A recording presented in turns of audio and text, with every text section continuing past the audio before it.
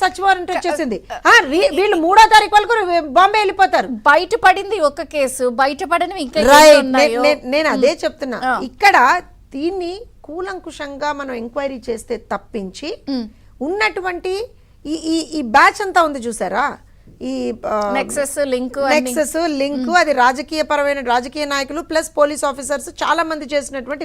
ఇప్పుడు ఒక్క విషయం చెప్తాను చంద్రిక గారు, ఆధారాలు ఏవీ లేకుండా నారా చంద్రబాబు నాయుడు గారిని at the VIMS and fancies 307 కేసులు, మొత్తం 307 కేసులు ఓవరాల్ ఇయర్ అంతా కూడా కలిపి కదా, వాళ్ళని అరెస్ట్ స్కిల్ స్కామ్ అని చెప్పి అరెస్ట్ చేసినప్పుడు కనీస ఆధారాలు కూడా వాళ్ళు చూపించలేకపోయారు కోర్టుకి.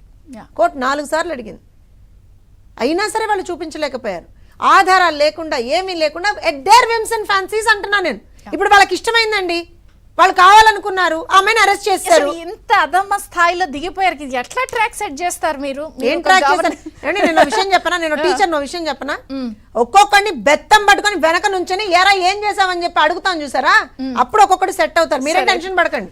అక్కడ ఉన్న చంద్రబాబు నాయుడు గారు, కూటమి ప్రభుత్వం. Thank you, all the best.